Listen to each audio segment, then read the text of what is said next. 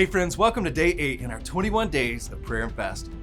Today we are uniting to pray for fresh direction and abundant provision for Heart for the Kingdom, the missions and outreach ministry of Rev City Church, and specifically for Project 320.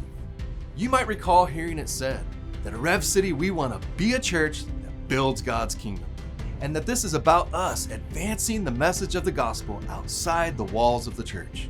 You know, it's more than just a slogan or a mission statement. It's our response as a congregation to what is often referred to as the Great Commission, where in Matthew 28, Jesus commands us to go and make disciples of all nations, baptizing them in the name of the Father and the Son and the Holy Spirit. It is also our response to Acts chapter 1 and verse 8, where Jesus said that we would receive power when the Holy Spirit came upon us, and we would be His witnesses, telling people about Him everywhere, in Jerusalem, throughout Judea, and Samaria, and to the ends of the earth.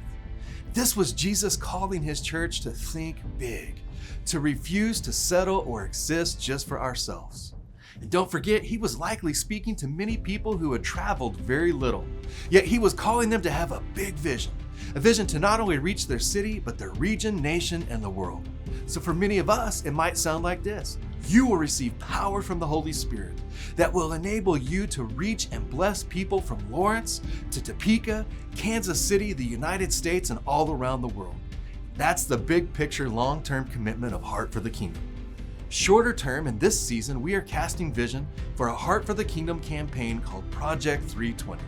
And while it encompasses a 20-year vision that includes global church planning and a goal for us to see tens of thousands of souls reached for Christ, Project 320 also shines a light on the goals and vision for the next 1 to 3 years, including expanded missions activity, adding much-needed parking so we can welcome more people, and paying off our recent legacy church renovation so we can be better prepared as a church for kingdom expansion and church planting.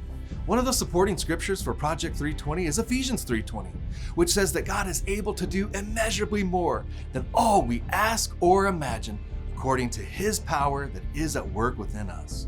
So while some of the things that God is calling us to believe for might seem audacious or improbable, let's embrace that promise. Because of His power working in us, God can do even more than we ask or think. If this is true for us as a church family, it's true for Project 320, it's also true for your life of faith. So let me ask you, what are you asking for? What are you imagining, thinking, envisioning? Because just like Project 320 is bringing definition to what we're believing for as a church family, I believe it's helpful and important for you to have specific vision and goals and requests of God for your life, your relationship with God, your marriage, your family, and your future. Because according to Ephesians 3:20, what we're asking and believing for is establishing the floor for God's more. So if you've grown weary or disappointed or discouraged, my prayer for you is fresh faith to once again ask, dream, imagine, envision what is possible for you because of God's power working in you. And as you pray today for Project 320, know that we are praying and agreeing for God to do immeasurably more for and through you today.